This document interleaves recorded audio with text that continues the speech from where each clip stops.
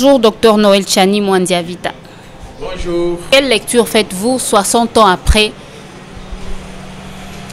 Oui, effectivement, aujourd'hui, le 30 juin 2020, nous célébrons 60 ans de l'indépendance de notre pays, acquise chèrement au prix de beaucoup de sacrifices, mais également au prix du sang de beaucoup de nos compatriotes le 30 juin 1960.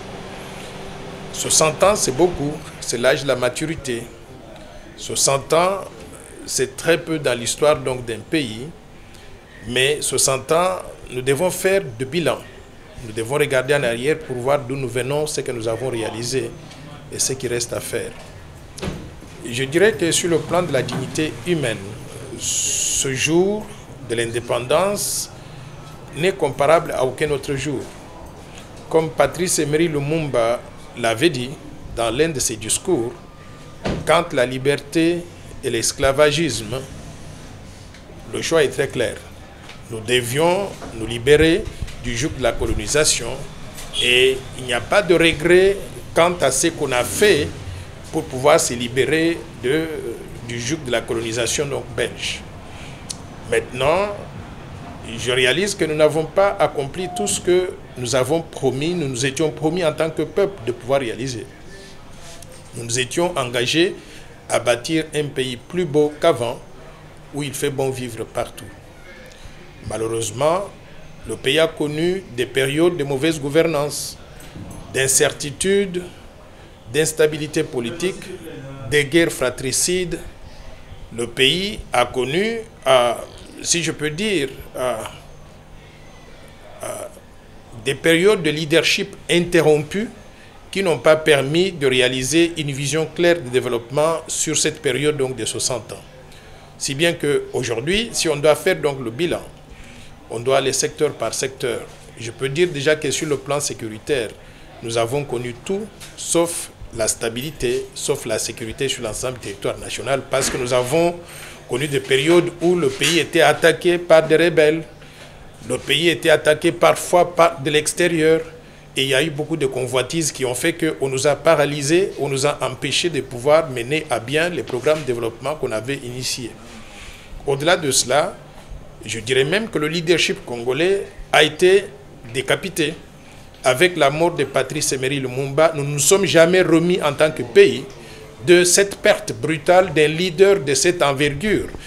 Et nous avons continué à souffrir de cela jusqu'à aujourd'hui.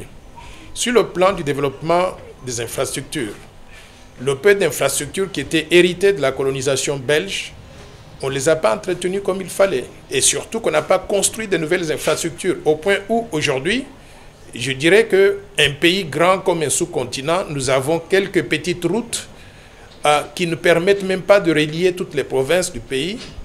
Nous avons moins de 10% de la population ayant accès à l'eau potable, à l'électricité, aux services de télécommunications. Nous n'avons pas d'aéroport moderne ni de port moderne. Donc les infrastructures de base nous font cruellement défaut. Sur le plan social, le chef de l'État, je voudrais le saluer d'ailleurs pour un excellent discours qu'il a prononcé hier. Le chef de l'État a mentionné quelque chose de très important, mais peut-être que beaucoup de Congolais n'ont pas fait attention à cela. Il a dit qu'en 1960, le pouvoir d'achat de la population, mesuré par le produit intérieur brut, était de 1000 $. Aujourd'hui, 60 ans plus tard, nous avons un PIB par habitant d'environ 400 $. Donc il y a eu une réduction de 60% du pouvoir d'achat sur une période donc de 60 ans. C'est très grave. Mais le chef d'État n'est pas allé très loin. Il a parlé donc de la régression économique. Nous n'avons pas diversifié notre économie. Tout ça, c'est vrai. Mais le plus important qui a entraîné la perte de pouvoir d'achat de nos populations dans ces proportions, c'est la mauvaise gestion de la monnaie nationale. Le franc congolais. Il y a eu franc congolais avant, après 1960. Ça a été interrompu. On a introduit le Zaïre monnaie. Mauvaise gestion. Après le Zaïre monnaie, on a introduit en 1998 le franc congolais. La mauvaise gestion a continué et aujourd'hui, de 1998 jusqu'à 2020, au moment où nous célébrons le 60e anniversaire de l'indépendance, une période donc de 22 ans simplement, la monnaie nationale a perdu des valeurs, s'est dépréciée de près de 150 000%. quelle mauvaise gestion, et de l'économie, et de la Banque centrale, et mauvaise gestion du pays d'une façon générale. Donc c'est ça le bilan que je peux faire sur le plan économique. Je peux dire que notre économie n'a pas été diversifiée. Nous avons continué à fonctionner comme avant et nous avons même détruit le peu d'entreprises qui avaient été laissées par les Belges. Les entreprises publiques, elles sont toutes aujourd'hui devenues des canals, comment est-ce qu'on appelle, des canards boiteux. Pourquoi? Parce qu'ils ne produisent pas, elles sont pléthoriques et les gens ne semblent pas savoir exactement pourquoi ils vont dans ces entreprises. Donc, je peux dire globalement que la gestion du pays pendant 60 ans a été catastrophique sur le plan économique, sur le plan social, sur le plan des infrastructures, maintenant sur le plan politique. Sur le plan politique, les Congolais sont perdus. Nous avons aujourd'hui une multitude de partis politiques. Nous confondons la démocratie avec des partis politiques que chacun de nous peut créer donc dans sa maison avec sa famille, au point où nous avons 777 partis politiques qui ne servent absolument rien, sans vision de développement, sans cohérence et surtout qui sont incapables de parler le même langage quand on arrive donc à parler du développement donc du pays. Bref, nous avons échoué. Nous devons tirer des leçons de cette mauvaise expérience de 60 ans de gâchis, de 60 ans de mauvaise gouvernance, de 60 ans de manque de vision. Maintenant, nous devons nous ressaisir si nous devons nous développer pour l'avenir. Alors, dans son discours, le chef de l'État dit qu'il va s'opposer à toute réforme qui entraverait les pouvoirs judiciaires. Qu'en dites-vous? Je suis tout à fait d'accord avec cette affirmation du chef de l'État. J'étais même choqué que les 3 propositions de loi faites par les députés nationaux Minaku et Sakata tendent à diminuer l'indépendance de la magistrature et l'indépendance de la justice d'une façon générale et à mettre cette justice sous la coupole donc du vice-premier ministre en charge de la justice qui est d'ailleurs du Front commun pour le Congo. Donc c'est un conflit d'intérêts énorme. Moi, je suis d'accord avec l'affirmation du chef de l'État. Je voudrais que nous puissions faire échec à ces 3 propositions de loi, que nous puissions restructurer la justice, bien sûr, parce qu'elle ne fonctionne pas à la satisfaction du peuple congolais, mais qu'on restructure en donnant plus d'indépendance, plus de moyens pour qu'elle puisse fonctionner mieux, plutôt qu'à chercher à contrôler cette justice-là pour qu'elle ne puisse pas poursuivre les intouchables qui ont toujours pillé les ressources du pays et qui voudraient être protégés par l'un des leurs du Front commun pour le Congo. Alors, le premier président de la République, Joseph Kasavubu, a été élevé au rang d'héros national. Que pensez-vous? Je salue cette élévation du président Joseph Kasavubu au rang d'héros national.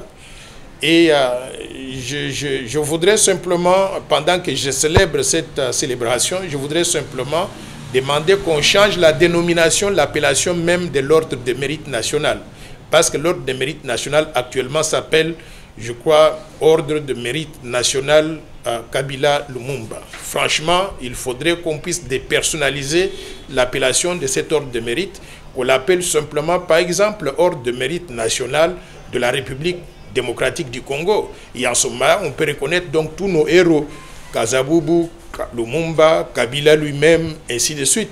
Mais qu'on ne puisse pas personnaliser cela. Et d'ailleurs, ça fait bizarre d'avoir un Kabila qui est arrivé au pouvoir après, et on prend un ordre qui porte son nom pour donner à Kasavubu qui avait précédé, qui avait lutté pour l'indépendance. On ne peut pas mettre ces gens-là sur le même pied d'égalité. Donc, enlevons l'appellation Kabila Lumumba, qu'on appelle simplement l'ordre de mérite national de la République démocratique du Congo. Et en ce moment-là, on pourra reconnaître tous nos héros nationaux, qu'ils soient donc de l'époque de l'indépendance ou de l'époque contemporaine, et qu'on reconnaisse tout le monde, mais en ayant un ordre qui soit impersonnel, qui ne puisse mettre en avant que le fait qu'on soit de la République démocratique du Congo. Avez-vous un mot à dire par rapport à la lettre du roi belge adressée à la RDC à l'occasion du 60e anniversaire de la République démocratique du Congo? Il exprime un regret par rapport à l'histoire des 2 pays. Vous savez, l'histoire entre la Belgique et la RDC, c'est une histoire de couple. On se bagarre le matin et le soir, on se réconcilie. Nous apprécions le fait qu'à l'occasion de la fête de l'indépendance, le roi des Belges, le roi Philippe, ait choisi de nous écrire une lettre où il met en avant le fait que nous avons une histoire commune et que nous devons travailler ensemble pour raffermir davantage des relations, et nous sommes ouverts tout à fait à cette idée-là. et nous avons pris note du fait qu'il exprime des regrets pour les violences qui ont été commises pendant la période coloniale, violences qui ont été très cruelles. La colonisation belge est l'une des plus cruelles que l'humanité n'ait jamais connue. Nous acceptons donc ces regrets-là, mais je crois que quand on reconnaît les regrets, il faudrait aller plus loin. Il faudrait envisager la possibilité de dédommager financièrement ceux qui ont été lésés. Donc, on souhaiterait que la Belgique accepte de se mettre autour de la table avec les Congolais et qu'on détermine l'étendue des dégâts qui ont été causés et aussi les réparations financières auxquelles le peuple congolais et la République démocratique du Congo ont droit. Vous avez suivi le discours du chef de l'État. Pensez-vous qu'il n'a pas évoqué quelque chose? Je crois que le chef de l'État a été très exhaustif dans son discours et j'ai trouvé globalement le discours très équilibré, très bien, très tourné vers l'avenir, reconnaissant les faiblesses de la gestion congolaise donc jusqu'à ce jour. Si j'avais à ajouter quelque chose, je voudrais insister sur quelque chose de très particulier.